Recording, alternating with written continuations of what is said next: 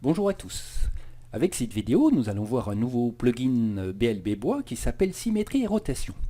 Avant de décrire ce plugin, je voudrais vous décrire son contexte en créant une petite porte d'un meuble de cuisine qui comportera deux montants et deux traverses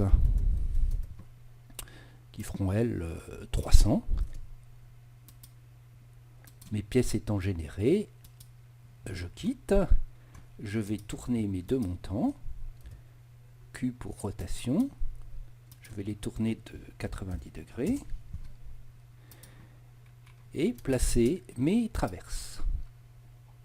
La commande M pour déplacer, je sélectionne cette traverse et mon dernier montant. Voici donc mon cadre et je vais me mettre en vue de face. Je vais usiner un quart de rond autour en utilisant la commande de usinage contour qui sera mis en ligne prochainement. Je lance ma commande, je vais choisir un quart de rond avec deux carrés et sélectionner les endroits où je vais faire mon usinage.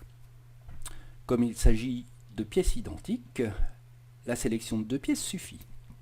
Je lance mon usinage et je vois le résultat qui n'est pas tout à fait bon puisque cette pièce a été usinée de ce côté-ci et celle-ci sur sa partie basse.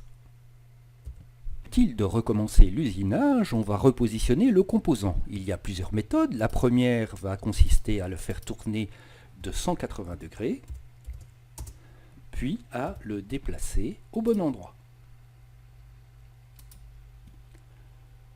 Seconde méthode, lorsque je tape la commande déplacer avec la touche clavier M, j'ai des petites croix qui apparaissent et qui vont me permettre de le retourner sur place. Je le retourne donc de 180 degrés. J'annule ma commande et la troisième possibilité, avec un clic droit souris, j'ai la possibilité de retourner le composant suivant l'axe rouge, l'axe vert ou l'axe bleu. Le problème, c'est qu'on ne sait pas toujours comment sont orientés les axes. Pour le savoir, il faut soit éditer le composant, et je vois ici que c'est l'axe bleu qui est concerné, soit afficher les axes des composants avec l'option fenêtre, info sur le modèle, composants, et afficher les axes des composants. Dans ce cas-là, chaque composant propose son système d'axes. Je peux donc faire un clic droit souris, retourner le long de l'axe bleu. Voici le résultat. Regardons les fonctionnalités de ce plugin symétrie et rotation.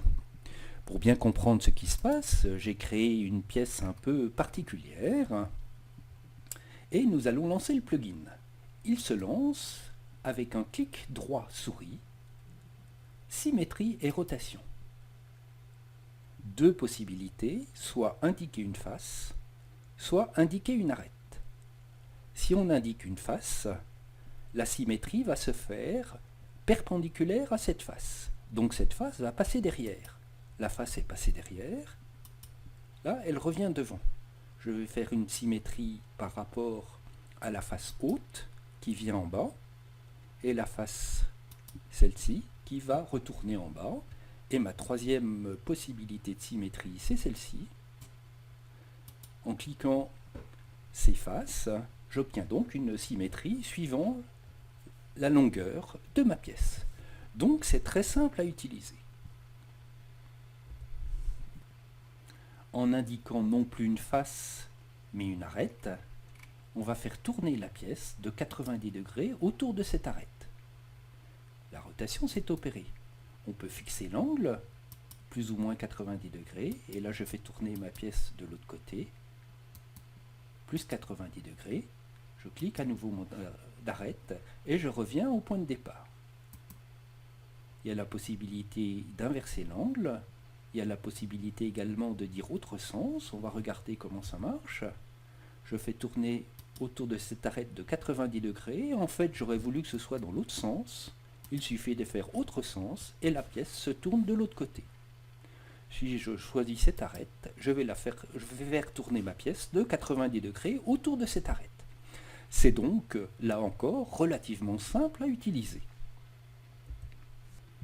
Revenons à notre cadre initial et appliquons donc notre plugin. Clic droit souris, rotation et symétrie.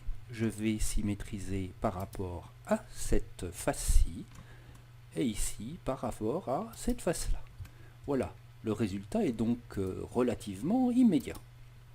Voilà donc pour ce plugin symétrie et rotation. Je vous en souhaite une excellente utilisation et vous dis à très bientôt.